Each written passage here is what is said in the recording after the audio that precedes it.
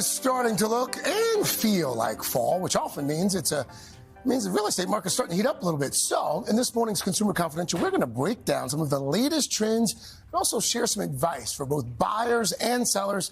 And no one better to help us do that than Stefani Berkin, real estate broker, president of R New York. Stephanie, welcome back. Welcome back. How are you? Thank you. I'm good. How are you? Thanks for having me. Before we dig into some of these tips, let's talk about that landmark settlement, because a lot has been made of this landmark settlement. What does it mean for buyers? What does it mean for sellers? What does it mean for the market at large? So that's the biggest question right now, Craig. And this landmark settlement agreement by the National Association of Realtors, right? Real estate agents nationwide have to follow new practices about how commissions are paid out, which means that buyers and sellers are going to approach the transaction differently based on how commission is paid out, who is paying it, what they're paying it. For decades, we're used to the sellers paying both sides of the transaction, which was typically 5 to 6% of the sales price. May look a little bit different now. And what about signing agreements and things like this? Yes, so the sellers no longer have to offer upfront to pay for the cost of the buyer's agent. They can, but they don't have to anymore. Okay, it's really important to talk about it with your broker. I still encourage my sellers to pay it. It's a way to incentivize buyers. It's one more hurdle and out-of-pocket cost the buyers are going to have to pay that they can't finance. For buyers, you must now sign a written agreement before you tour a home, and that agreement will spell out how much you may need to compensate your own agent if the seller is no longer compensating them. All right, so that's for buyers, and I think we already covered what's for sellers. Yeah, it's about transparency, right? Okay. We're educating the consumer and empowering them with their choices and their options and showcasing the irreplaceable value of the broker. Okay, Dylan? All right, so now that we're getting into fall, what sort of trends can we see in the market?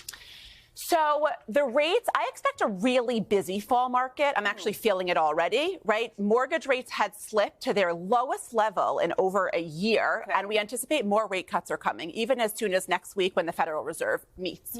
So sellers are going to be selling.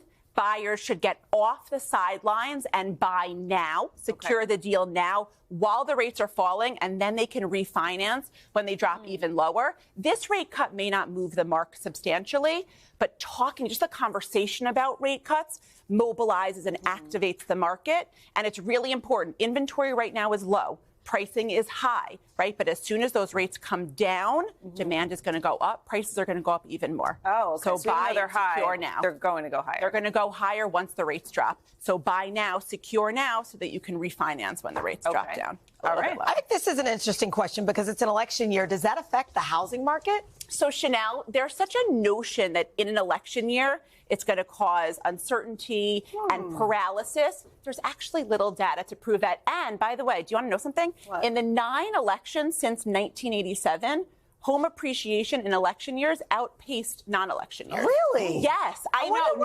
I know, because home values are considerably driven much more by supply and demand and the trajectory of rates than what's going on in the political scene. And also, like if you need to move or if something's happening. Yes, and you have to look at housing through a long-term lens, not so much with what's going on right now politically. Okay. All right, sounds good. So Steph, let's talk about decor and what that plays into it. Let's start first with the outdoors and your curb appeal. Yes. So there's nothing more beautiful than the fall leaves changing, right? Where they don't look good, Al, is all over the floor, on the driveway, in the lawn. So rake them up, right? Maintain your home from an exterior curb appeal perspective, because that will set the tone then walking inside. And then when you walk inside, you want to present this warm, inviting, but neutral canvas, right? Bright white colors on the, maximize your lighting. So no strong colors. No strong, incorporate subtle, keyword subtle, seasonal decor. Please wash all of your windows. Okay. It brings in the light, it makes it crisp, and it makes it feel better lighting. kept. Better lighting. Put in brighter bulbs. And when I love this. Yes. Nice so this is how you incorporate the studio. Yes. So you see how the actual canvas is neutral, the rug and the chair are neutral, but these fall colored cozy blankets, throw pillows, and while flower arrangements are beautiful. This is much more cost effective, makes the house smell really nice. Rosemary, sage, mint. Okay, Yeah, that's Dylan, comfy. sit down. Okay. Welcome. Does it feel nice? There you go. Would you like to buy my home? Yes, I would actually. Thank you. Good. We'll buy now. I'll pay double. You'll pay double. We'll throw Dylan in. Yeah. We'll throw Dylan in with Oh the my deal. God, perfect. Wow, that just got awkward. Stephanie, Okay. thank you.